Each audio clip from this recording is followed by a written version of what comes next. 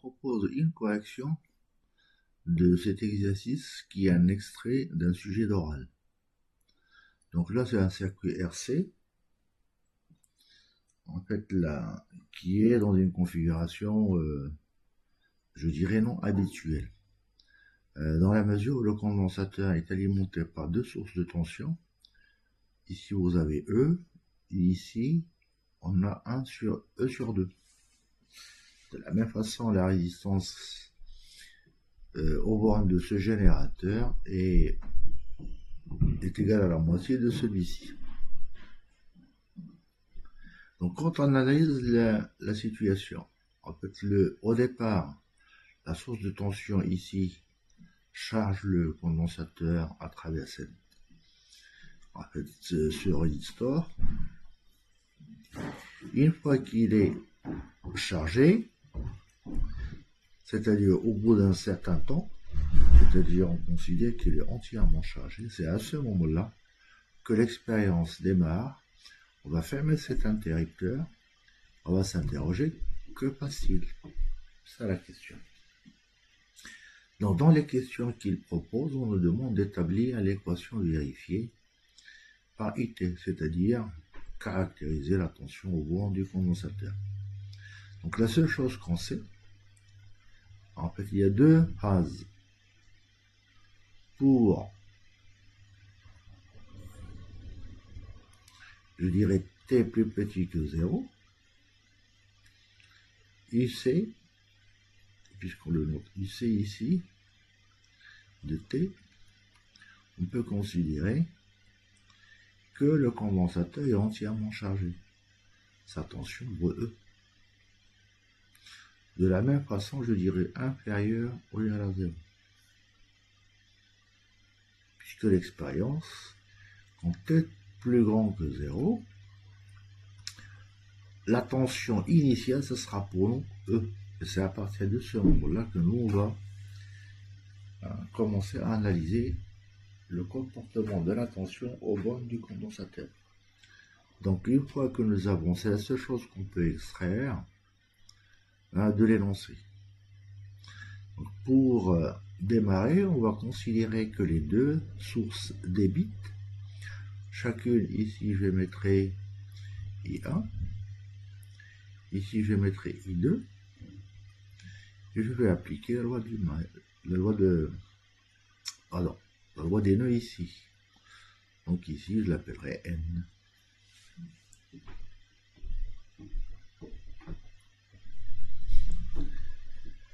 Bien, donc on y va. Une fois que l'interrupteur a été fermé, c'est-à-dire, je vais le fermer ici. Pour t égale à 0, supérieur à 0, on va déterminer IC de t. Quelle est son expression? Quand on est dans cette situation comme ça, on commence par écrire ce qui nous semble cohérent. Donc on peut écrire que le courant ici dans ce nœud, I, je dirais en N, on a, comme d'habitude, pour ce genre de circuit, I est égal à I1 plus I2.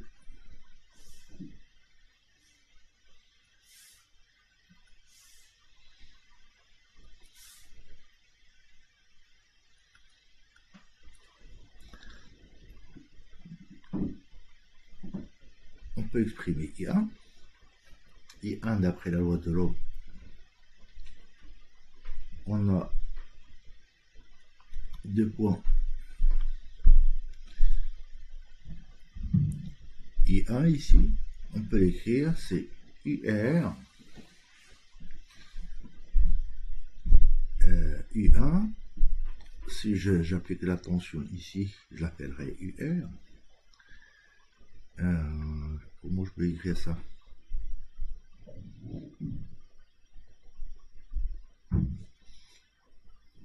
U1, je ne mettrai pas UR.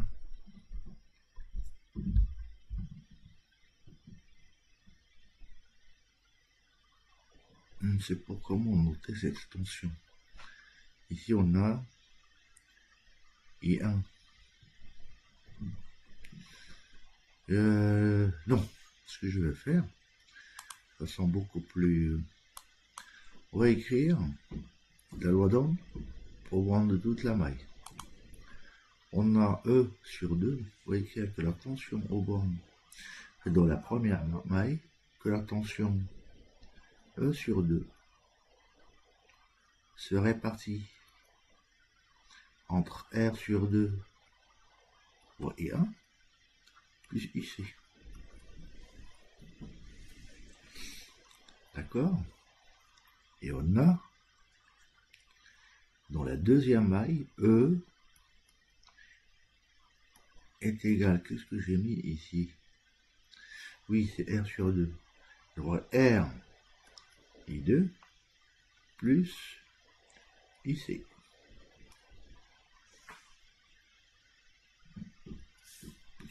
En fait, la première traduit la répartition de la tension E sur 2 entre les deux dipôles, c'est-à-dire la résistance R sur 2 et la tension au bord du condensateur.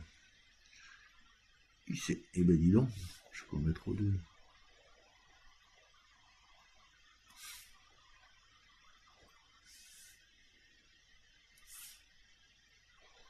IC.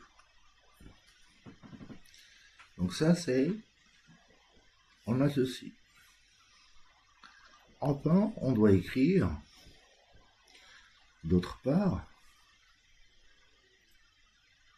et également I, c'est-à-dire l'intensité du courant qui va traverser le condensateur, on peut l'écrire comme étant est égal à C fois 2 de IC sur 2 de T. En fait, cette équation traduit tout simplement que la charge des armatures est proportionnelle à la tension entre ces bornes ou du condensateur. Donc ça c'est la charge quand on veut atteindre le courant, ben, I est égal à dQ sur dt. Donc il faut que je trouve mes trois relations, je vais les numéroter 1, la deuxième et la troisième. De la première, de 1 on va extraire I1, de 1 on a pour le faire simplement, bon, je vais multiplier à ceux deux qui viennent, donc je vais multiplier par 2 et diviser par 2, ce que je vais simplifier et j'aurai tout simplement I1 est égal à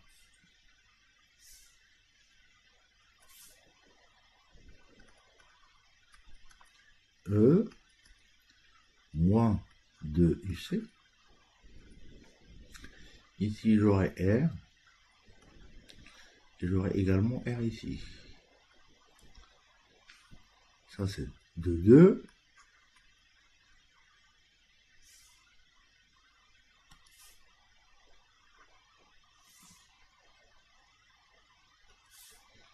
Ça c'est l'équation 1 de l'équation 2. On a I2 est égal à E moins UC sur R. Donc I2 est égal tout simplement à E sur R moins UC sur R. Bon. Conclusion.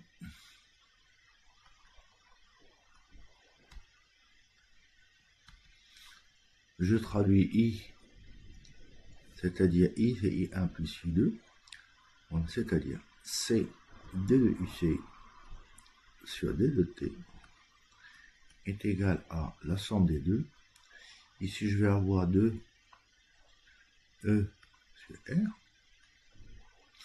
Ici j'ai moins 3 UC sur R. Je vais diviser par C pour introduire la constante E du temps du circuit. J'aurai D de UC sur D de T. Je transpose ce terme plus UC divisé par, je mettrai RC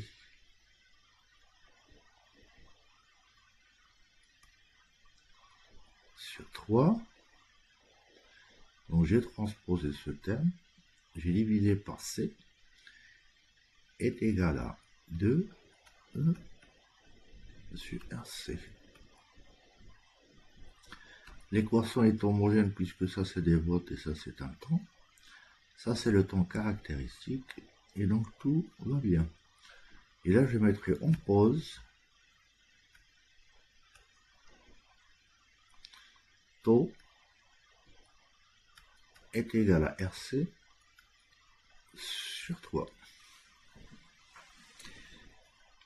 Finalement, mon équation s'écrit D de UC sur D de T plus UC sur taux est égal à quoi? Taux, c'est 3, RC c'est 3 taux, est égal à 2 tiers de E sur taux. Je remplace RC par est égal à 2 tiers de taux, j'ai oublié le 3,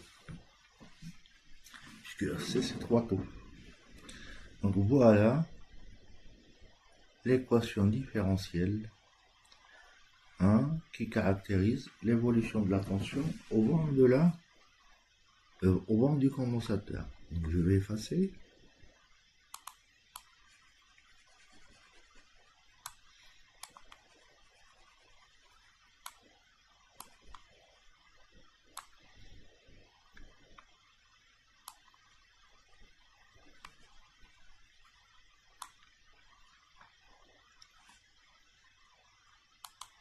Donc, je vais l'écrire encore une fois.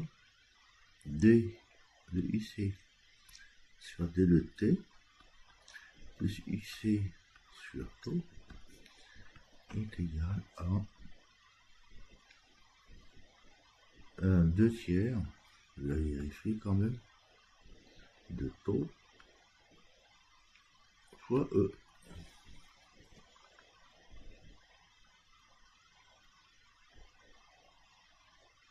2 tiers fois taux, 2 tiers de taux, taux est égal à RC sur 3. Avec taux est égal à RC sur 3. Bien. Résolution. Là, c'est la résolution de ce type d'équation. C'est une équation différentielle du premier ordre à coefficient constant. Je mettrai IC. La première solution, c'est IC particulière, qui est une constante. C'est celle qui doit revenir à cette constante. Donc, j'écrirai IC particulière est égal à A. Donc, immédiatement, j'aurai A sur taux. Je remplace IC par IC particulière est égal à quoi?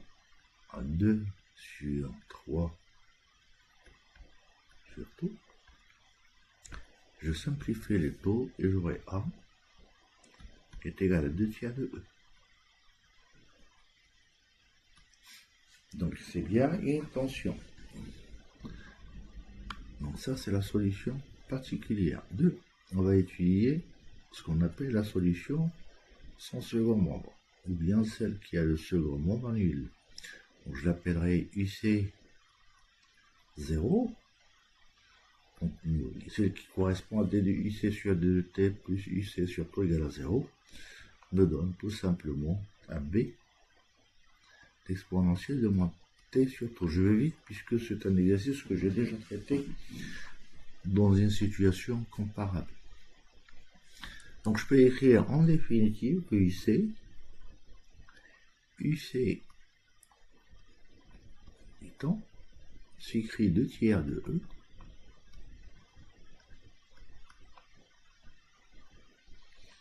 plus B fois l'exponentielle de moins t sur tout. Bien, il me reste à déterminer B. Or, moi je sais qu'à l'instant initial, IC de 0, or, IC de 0 est égal à 2 tiers de E plus B. Et je sais que ça vaut E, puisque T, au départ de l'expérience, le condensateur est entièrement chargé. Donc B,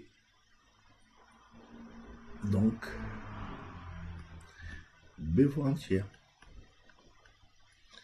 Et donc la solution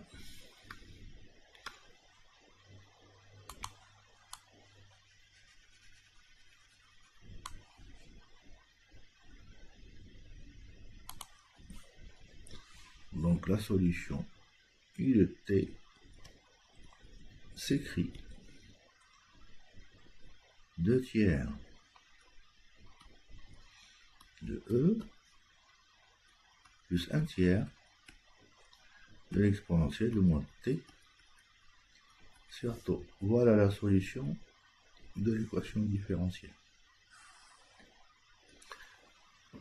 Maintenant, la question qui se pose, une fois que nous avons trouvé la solution, il était quasiment pas possible de deviner qu'en réalité, que cette source de tension, qui est le double de celle-là, bien que cette résistance soit le double de celle-là, ce générateur va débiter le condensateur, c'est lui qui va débiter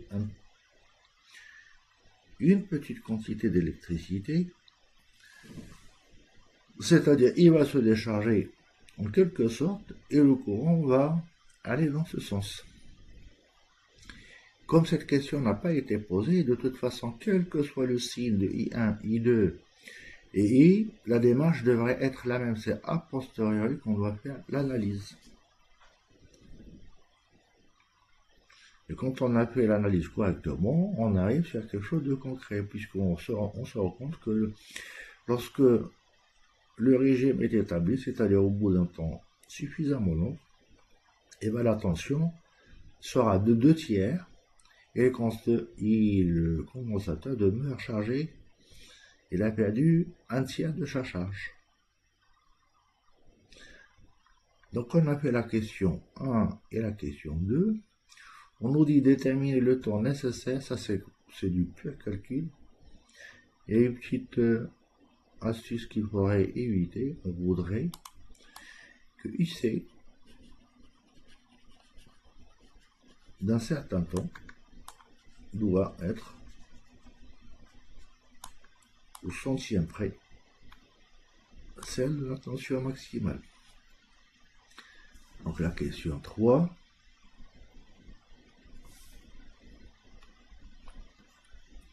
On me demande de chercher le temps au bout duquel le T1, au bout duquel IC de T1 est égal presque, je le mets en excès, 101%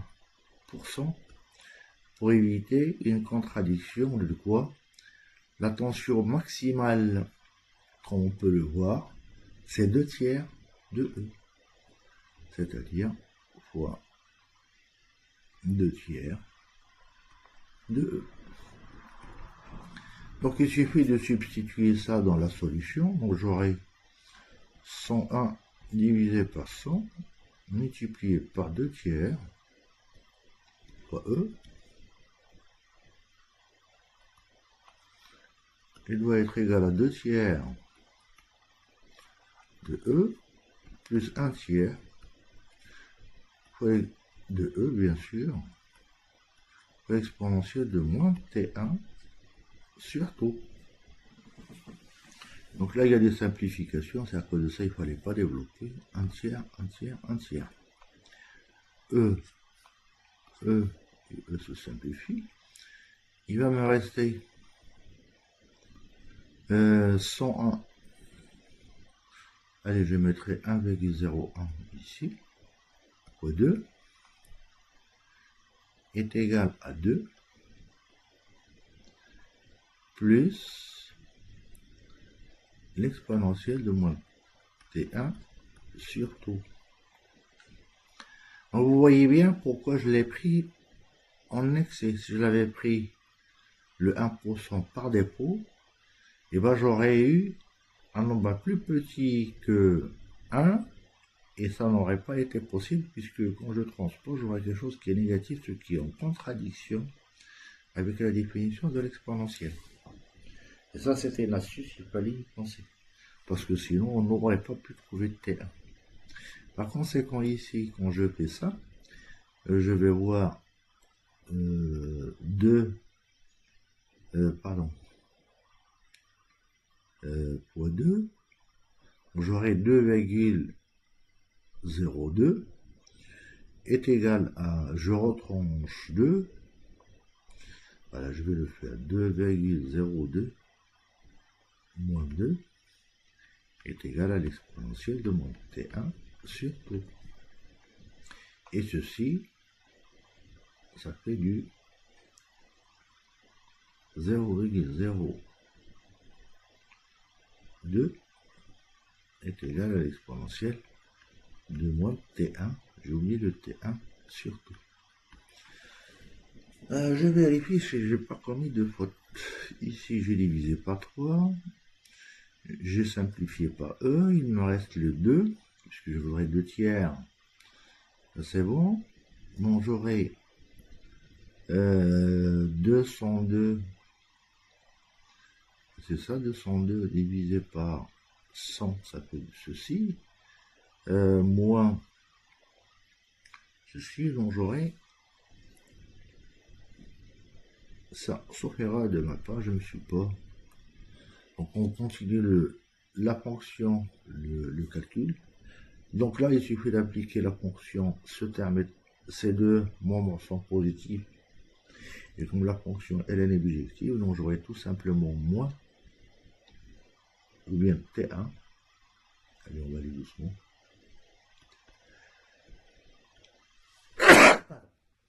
Moins T1 sur tout est égal à 0, est égal à ln 0,02. Comme ce nombre est négatif, donc le calcul semble cohérent. T1 est égal à moins ln de 0,02 fois taux. Voilà le temps nécessaire. Parce que je n'ai pas les valeurs de R ni de C. Si je les avais, ce nombre ln de 0,02 est un nombre positif fois taux, donc j'aurais trouvé le temps nécessaire pour que la charge du condensateur soit presque à 100%, je dirais, à 101% de la charge demandée. Enfin, une dernière question qui traite du bilan de la puissance dissipée par effet Joule, et ceci c'est dû à la présence des résistances. Donc on va l'établir au bout d'un temps suffisamment long, parce que sinon on ne passera pas des intégrations, ce qui revient au même. Donc là, je sais que au bout d'un temps suffisamment grand, donc le condensateur se comporte comme un interrupteur ouvert. Donc je peux écrire que la puissance par effet Joule s'exprime par ici j'ai R plus R, donc j'aurai tout simplement c'est U d'abord U fois I est égal à RI2 est égal à RI2. En fait R est égal, dans ce cas-là on va l'adapter à notre situation, est égal à 3, ça sera R plus RF sur 2, ça fait 3 demi fois R, fois I2, et I au carré, c'est tout simplement la somme des tensions divisée par la somme des résistances. Divisé par I, ça va être E, 3 demi, je mettrai de E,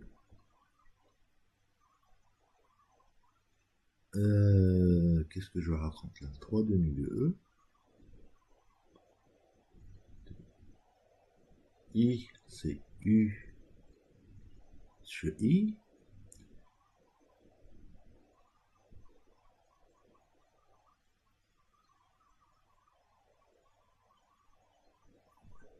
je réfléchis. 3 demi fois U fois I, c'est 3E, 3 demi de E, et divisé par 3 demi de R. Donc ça, cela se simplifie, et c'est égal RI2.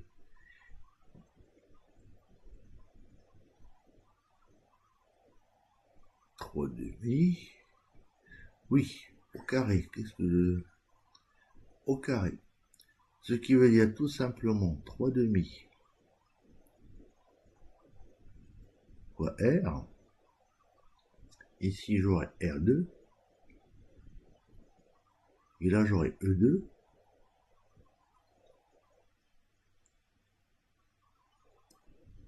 Il y a quelque chose que je n'ai pas bien fait. Donc, 3 demi. E2. I2 sur R. I est égal à R I2. Je dois arrêter parce que